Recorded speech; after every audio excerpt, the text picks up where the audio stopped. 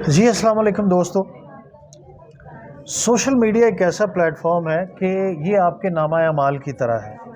आप इसके ऊपर जो भी वीडियो बना के डालते हैं, जो भी कंटेंट डालते हैं, यकीनन ये आपका एहतसाब करता है और आपको इसका जवाबदेह होना पड़ता है। हमारी कोशिश ये है कि आप तक ऐसा कंटेंट पहुंचाएं, ऐसे लोग पहुंचाएं, उनके व्यूज़ पहुंचाएं जो लोगों की फ़लाह के लिए सोचते हैं, लोगों की बेहतरी के लिए सोचते हैं। आज लाहौर पीसी होटल में हमारी मुलाकात ऐसी ही एक शफ़ीक ख़ातून से हुई है और इनसे बात करेंगे कि इनकी इंटेंशंस क्या हैं और ये एनजीओ जो चला रही हैं उसके बैनर के नीचे ये किस किस्म का काम करना चाहती हैं। सबसे पहले तो आपका बहुत शुक्रिया कि आपने हमें वक़्त दिया।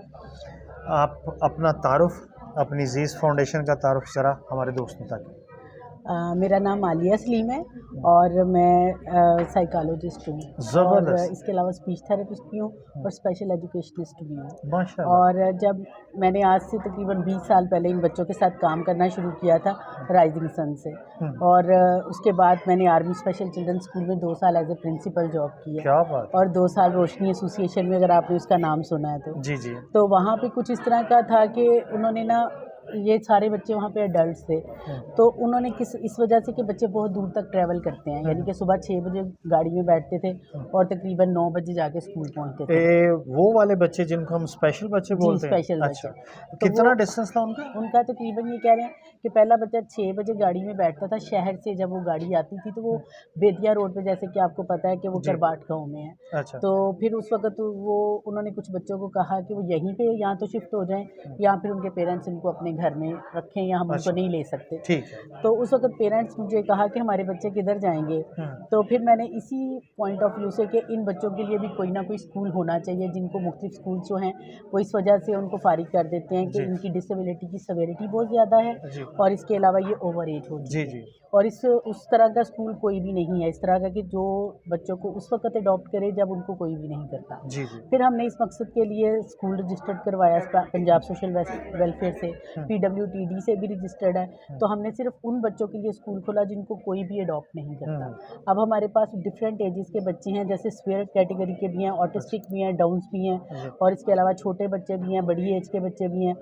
बच्चे ही हम उनको कहेंगे क्योंकि उनकी मेंटल एज, जैसे अभी कितने बच्चे हैं टोटल? हमारे पास 60 बच्चे हैं। 60 बच्चे हैं। और आप मुझे ये बताइएगा कि कभी आपने बीइंग अ मेडिकल प्रोफेशनल, चूँकि साइकोलॉजी भी मेडिकल की ही एक ब्रांच है, आपने कभी इसके बैक पे जाने की कोशिश की है कि why we are producing so many disabled children, कि आप उस कॉज को ही रेक्टिफाई कर दें कि ये जो हमारी कज़न मैरिजेस हैं या तंदुरुस्त लोग आपस में वेरीफाई होने के बाद शादी करवाएं। आप इस पे भी तो काम कर सकते इस पर भी बहुत सारे लोग सेमिनार भी करते हैं, लोगों को अवेयरनेस देने के लिए प्रोग्राम भी किए गए, पेरेंट्स की हम लोगों ने ट्रेनिंग भी की कि इस तरह के जो हैं सिचुएशन घर में आप लोग ना रखें, आप लोग अपना इस चीज़ों को ख़त्म करें।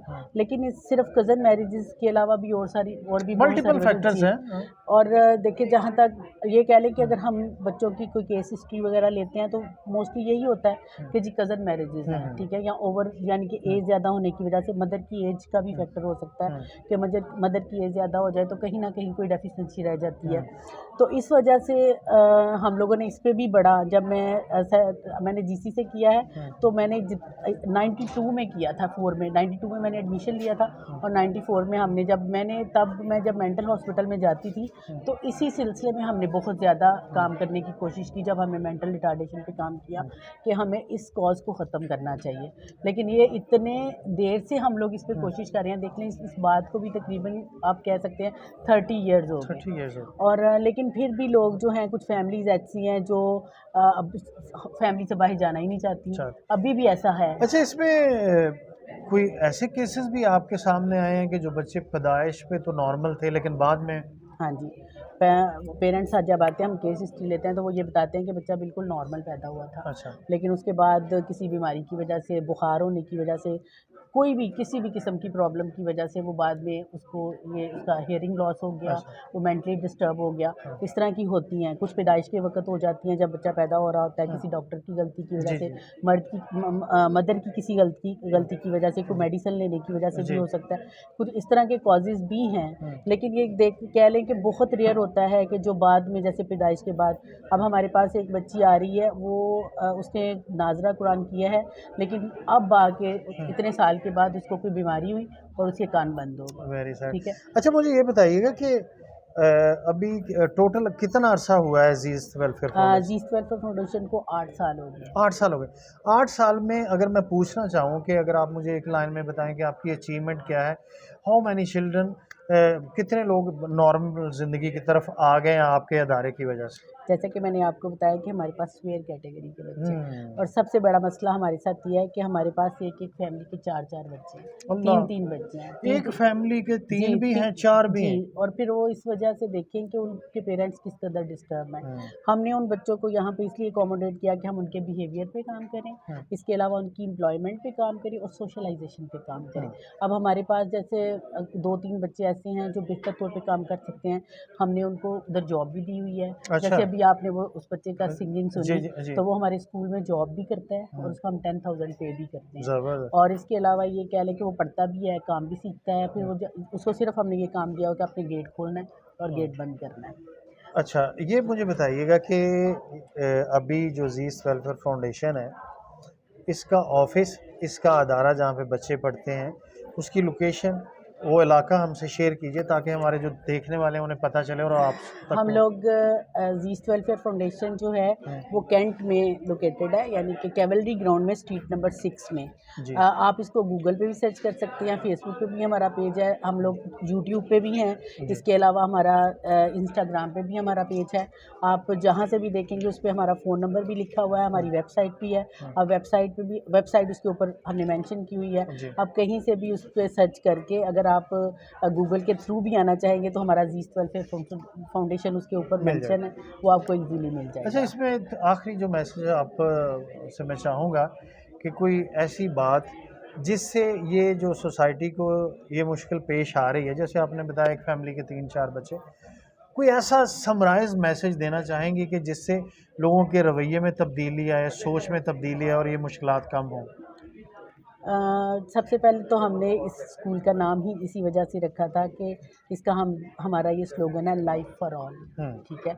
जैसे नाम से जाहिर है कि ये जीस्ट इसका नाम रखा, फारसी का नाम लफ्ज़ है, हुँ, और इसका मतलब ही ज़िंदगी है। हुँ, और मेरा लोगों के लिए यही मैसेज है कि इन लोगों के को भी जीने का उतना ही हक है जितना सब लोगों को है। क्या हमें बात! उनको उस मुआशरे में वही मुकाम देना है जो हम मुकाम रखते हैं। वो उनके पास अल्लाह ताला ने वो नेमत दी है जो हमारे पास नहीं है, और वो नेमत है दिल का साफ़ होना और दिल का अच्छा होना। बहुत और वो बच्चे अगर किसी के साथ प्यार करते हैं तो इतने दिल से करते हैं कि अगर आप उनको डांट भी देते हैं तो उन्होंने कभी उस डांट को याद नहीं रखा, वो आपके प्यार को हमेशा याद रखते हैं। आप 10 साल बाद भी उनको मिलेंगे तो वो आपके प्यार के साथ आपको याद भी रखते हैं और आपको प्यार भी करते हैं। ज़बरदस्त जी। आपने इंतहाई खूबसूरत काम करने वाली ख़ातून की इंतहाई ज़िम्मेदाराना गुफ्तगू सुनी, लेकिन अब जो नेक्स्ट ज़िम्मेदारी है वो आप पे है। आप तक ये मैसेज पहुँच गया, आप इस हवाले से इस फाउंडेशन को हेल्प आउट करना चाहते हैं, तो आप इनके ऑफ़िस आएँ। आपके नज़दीक कोई ऐसा बच्चा है जिस को ये फाउंडेशन सपोर्ट कर सकती है, तो इस फाउंडेशन को कॉन्टैक्ट करें। Ma'am, may you have lot of blessing, और आप इस काम को करें और इसके समरात लोगों तक पहुँचे। जी, थैंक हमसे यू सो बात मच। करने का बहुत जी, शुक्रिया। बहुत शुक्रिया आपका।